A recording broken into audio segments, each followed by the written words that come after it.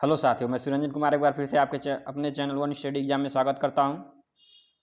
तो आप लोग कैसे हैं? दुआ करता हूं सब लोग अच्छे होंगे। तो स्टार्ट करते हैं आज के पहले क्वेश्चन से। नीति आयोग का पदेन अध्यक्ष कौन है? योजना और विकास मंत्री, वित्त मंत्री, प्रधानमंत्री, ग्रामीण और समुदाय मंत्री। बताना है साथियों। योजना आयोग का पदेन अध्यक्ष दोस्तों प्रधानमंत्री होता है। नेक्स्ट,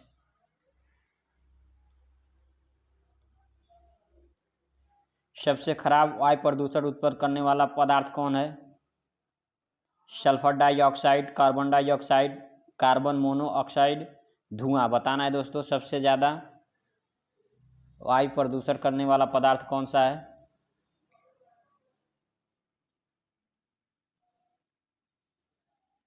तो दोस्तों राइट आंसर ऑप्शन सी हो जाएगा।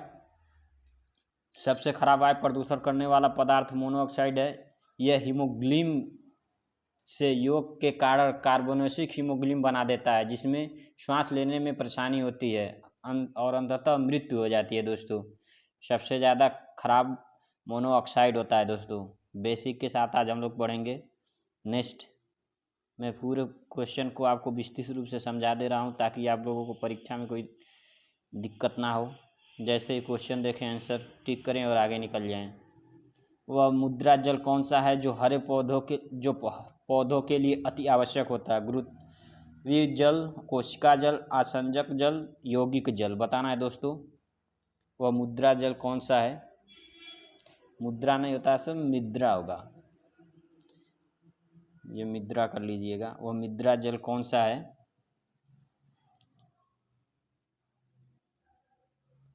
तो दोस्तों गुरुत्वीय जल तो होगा नहीं, आसंजक जल होगा नहीं, यौगिक जल होगा नहीं। तो राइट आंसर ऑप्शन बी हो जाएगा। कोशिका जल होता है। कोशिका जल के माध्यम से भूमिगत जल में दोस्तों, कोशिका जल के माध्यम से भूमिगत जल में खनिज लवण का संचार होता है दोस्तों। खनिज लवण का संचार होता है। यह पौधों के लिए अति आवश्यक होता है दोस्तों। जैसे हमें सांस लेने के लिए हवा, ऑक्सीजन की ज़रूरत होती है, इसलिए पौधों के लिए अति आवश्यक होता है कोशिका जल। नेक्स्ट, निम्नलिखित में से किस परिस्थिति के अंतर्गत राज्यसभा को भंग किया जा सकता है? बताना है साथियों। देश में वित्तीय आपातकाल की घोषणा घोषित हुआ हो, जब संवैधानिक तंत्र असफल हो गया हो, जब राष्ट्रपति की मृत्यु हो गई हो, उपराष्ट्रपति की, उपरोक्त में से कोई नहीं। तो साथियों राज्यसभा कभी भी भंग नहीं होता। तो ये सब सारे के सारे गलत हैं। तो राइट आंसर ऑप्शन डी हो जाएगा, उपरोक्त में से कोई नहीं। क्योंकि लोकसभा अस्थायी सदन होता है और जबकि राज्यसभा अस्थायी सदन होता है, इसलिए अस्थायी सदन कभी भंग नहीं होता है। तो राइट आंसर ऑप्शन डी हो जाएगा। नेक्स्ट,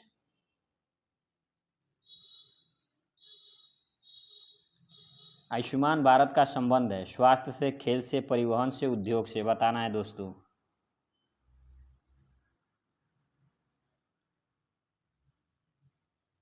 तो राइट आंसर ऑप्शन सी हो जाएगा ए हो जाएगा दोस्तों। आयुष्मान भारत योजना का संबंध किस वर्ष दोस्तों? अप्रैल 2018 में प्रधानमंत्री नरेंद्र मोदी द्वारा शुरू की गई थी यह योजना। और सबसे पहले केरल राज्य या तेलंगाना केरल राज्य में के लोग इसके सबसे पहले उपयोग में आए थे। मेन कैप नामक पुस्तक के लेखक कौन है? Rousseau, Ronald Reagan, Hitler, Charles Dickens. बताना है दोस्तों।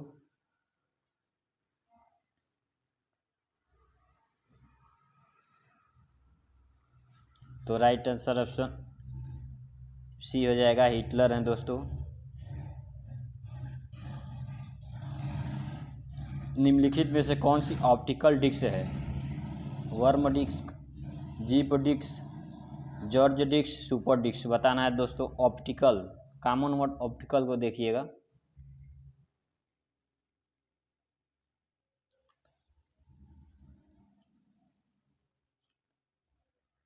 तो राइट आंसर ऑप्शन ए हो जाएगा। इसका फुल फॉर्म दोस्तों होता है वाइट वन रीड मनी होता है दोस्तों, वाइट वन रीड मनी होता है, white right one read READ money होता है दोस्तों। तो राइट आंसर ऑप्शन ए हो जाएगा दोस्तों। साथियों आप लोग सपोर्ट कीजिए, मैं भी इस तरह से पढ़ाऊंगा कि आप लोगों को एक एक क्वेश्चन को सारे के सारे कंसेप्ट के साथ क्लियर करता चलूँगा साथियों। सिर्फ आप लोगों की सपोर्ट की ज़रूरत है। जितना से जितना आप लोग अपने दोस्तों में शेयर करेंगे, चैनल को सब्सक्राइब करेंगे, चैनल के साथ जुड़े रहेंगे, उतने ही जल्दी हम लोग इस चैनल के साथ इतने अच्छे से काम करेंगे कि आप लोग कहीं भी कहीं किसी भी एग्ज़ाम में बैठे तो कोई परेशानी या दिक्कत की समस्या का समाधान करके ही निकलें। क्योंकि क्वेश्चन ऐसे बताते हैं दोस्तों, प्रीवियस ईयर के साथ साथ हम लोग ऐसे क्वेश्चन जानते हैं जो न्यूज़ में रहता है। क्योंकि क्वेश्चन इस समय इसी तरह से पूछता है, जो क्वेश्चन वही पूछते हैं एग्ज़ाम में कि जो इस करेंट अफेयर से संबंधित हो। तो बताइएगा दोस्तों, द वाइट टाइगर के लेखक कौन है? अमिताभ घोष, अरुंधति राय, अरविंद अगडिया, महाश्वेता देवी। बताइएगा साथियों, द वाइट टाइगर के लेखक कौन है?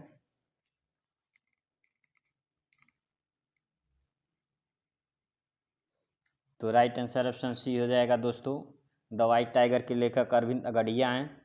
इनको द वाइट टाइगर के लेखक अरविंद अगडिया, इस पुस्तक के लिए इनको बुकर पुरस्कार से सम्मानित किया गया था दोस्तों। याद कर लीजिएगा, द वाइट टाइगर के लेखक अरविंद अगडिया को इस पुस्तक के लिए इनको बुकर पुरस्कार से सम्मानित किया गया था।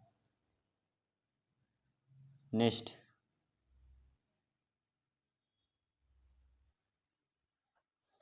प्रार्थना समाज का गठन किसने किया था? राजा राम मोहन राय, दयानंद सरस्वती, आत्माराम पांडुरंग, स्वामी विवेकानंद। बताना है साथियों।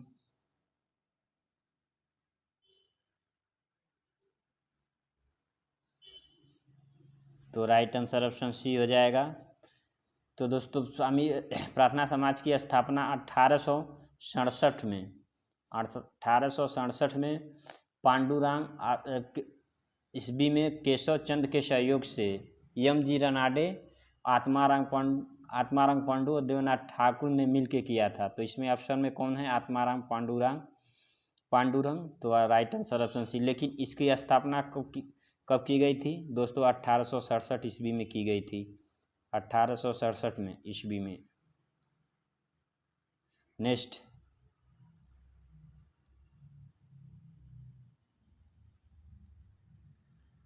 संविधान सभा ने संविधान का प्रारूप कब स्वीकृत किया था? बताना है साथियों।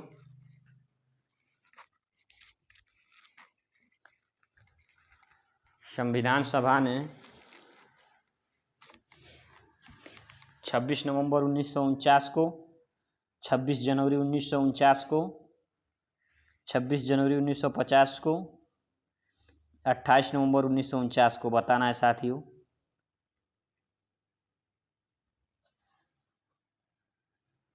तो राइट आंसर ऑप्शन ए हो जाएगा। 26 नवंबर 1949 को किया गया था दोस्तों।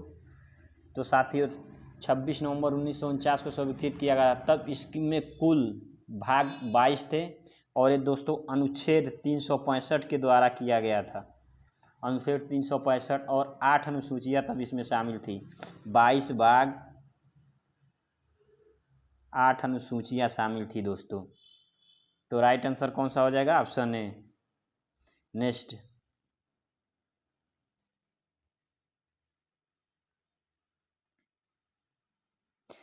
राजनीति के निर्देशक सिद्धांतों को निम्नलिखित में से किसमें से अपनाया गया था? बताना है दोस्तों, किसमें से अपनाया गया था। देखिए क्वेश्चन है ये, हम लोग बार बार पूछते हैं किस कहाँ से लिया गया है, लेकिन यहाँ पैटर्न चेंज कर दिया गया है, किसमें से अपनाया गया है।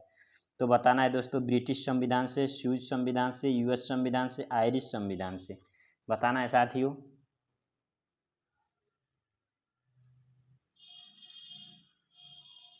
तो दोस्तों नीति निर्देशक सिद्धांत भाग 4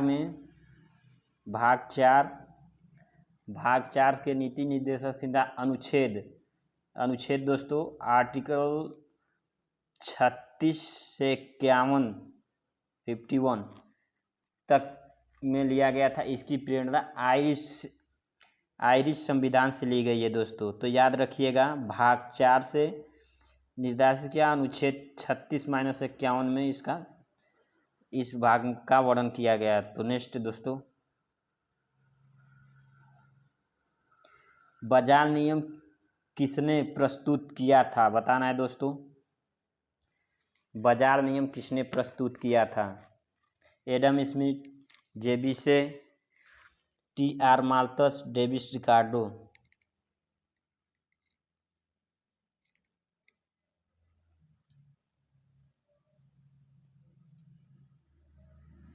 तो बाजार नियम दोस्तों जेबीसे ने किया था, क्योंकि यह नियम वस्तु विनिमय और दर पर सब पे लागू होती थी दोस्तों। जेबीसे ने जिसको लागू किया था। नेक्स्ट क्वेश्चन दोस्तों,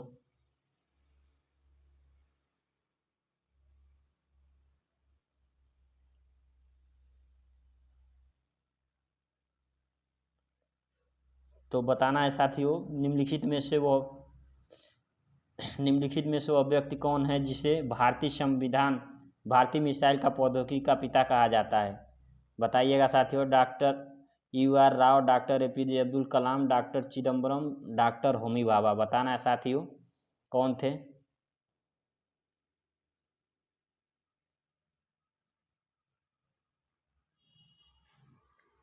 तो राइट आंसर ऑप्शन बी हो जाएगा, डॉक्टर APJ अब्दुल कलाम। नेक्स्ट,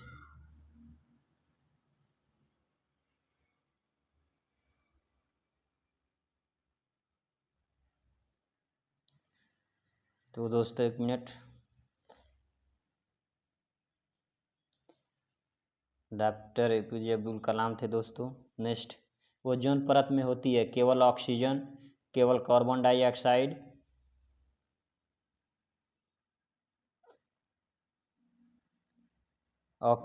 ऑक्सीजन और नाइट्रोजन, कार्बन हाइड्रोजन और कार्बन, ऑक्सीजन और कार्बन डाइऑक्साइड। बताना है दोस्तों ओजोन परत में क्या होती है?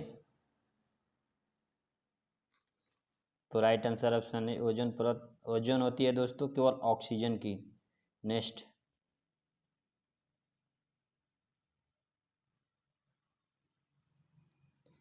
किस विधि द्वारा दो ठोस के मिश्रण को अलग किया जाता है? संघनन, आश्वासन, ऊर्ध्वपतन, वर्ध लेखन। बताना है दोस्तों।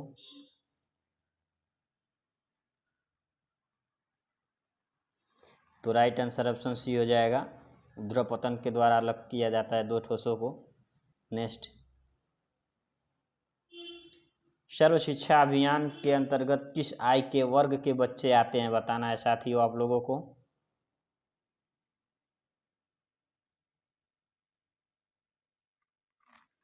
तो राइट आंसर ऑप्शन बी हो जाएगा। नेक्स्ट,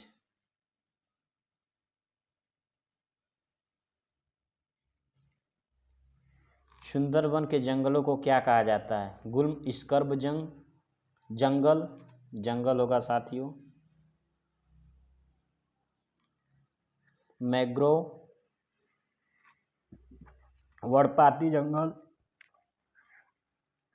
टुड्डा। बताइएगा साथियों। तो राइट आंसर ऑप्शन बी हो जाएगा। नेक्स्ट,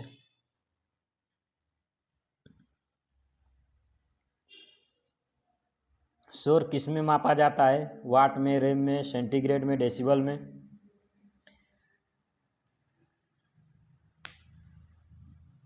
तो शोर दोस्तों, शोर मीन्स क्या होता है? ध्वनि प्रदूषण। इसी को हम लोग आवाज़ में बदलते हैं। किस में मापा जाता है? वाट में, रेम में, सेंटीग्रेड में, डेसिबल में। तो दोस्तों राइट आंसर ऑप्शन डी हो जाएगा, डेसिबल में मापते हैं शोर को। नेक्स्ट,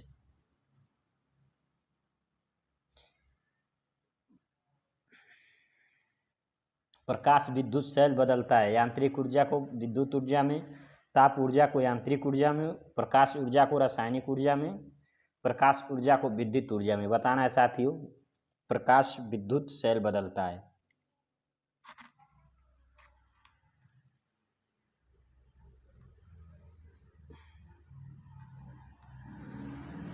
तो राइट आंसर ऑप्शन सी हो जाएगा, प्रकाश ऊर्जा को रासायनिक ऊर्जा में। नेक्स्ट,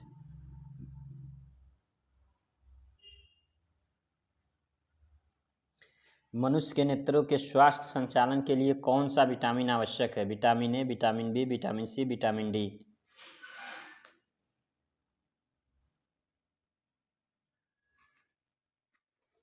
तो राइट आंसर ऑप्शन ए हो जाएगा, क्योंकि विटामिन ए की कमी से ही रतौंधी आती है दोस्तों। और रतौंधी कौन सी रोग होती है? रतौंधी दोस्तों आँख की बीमारी होती है। नेक्स्ट, मानव हृदय के कक्षों की संख्या है, बताना है दोस्तों। कक्षों की संख्या बताना है, यानी इंग्लिश वालों को लिए चेम्बर, कक्ष मीन्स चेम्बर होता है दोस्तों। मानव हृदय के कक्षों की संख्या होती है 4, 2, 3, 5, बताना है दोस्तों।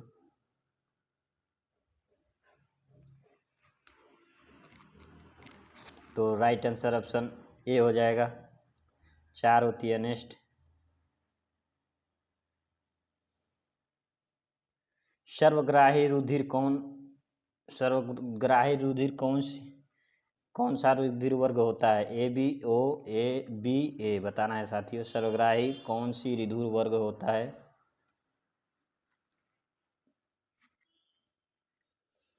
तो मैं सर्वग्राही दोस्तों ये होता है, लेकिन आप लोगों के लिए होमवर्क रहेगा, सर्वग्राही बता दे, सर्वदाता का बताना है दोस्तों। सर्वदाता कौन सा होता है, कौन सा वर्ग होता है, ये आप लोगों के लिए होमवर्क रहेगा। नेक्स्ट,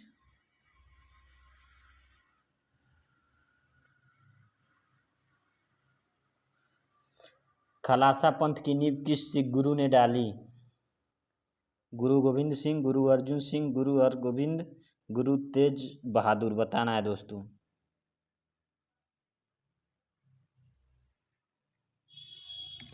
तो खालसा पंथ की स्थापना गुरु गोविंद सिंह ने डाली थी। नेक्स्ट, स्वराज मेरा जन्मसिद्ध अधिकार है, यह नारा किसने दिया था? सुभाष चंद्र बोस, बाल गंगाधर तिलक, लाल बहादुर शास्त्री, जवाहरलाल नेहरू, बताइएगा।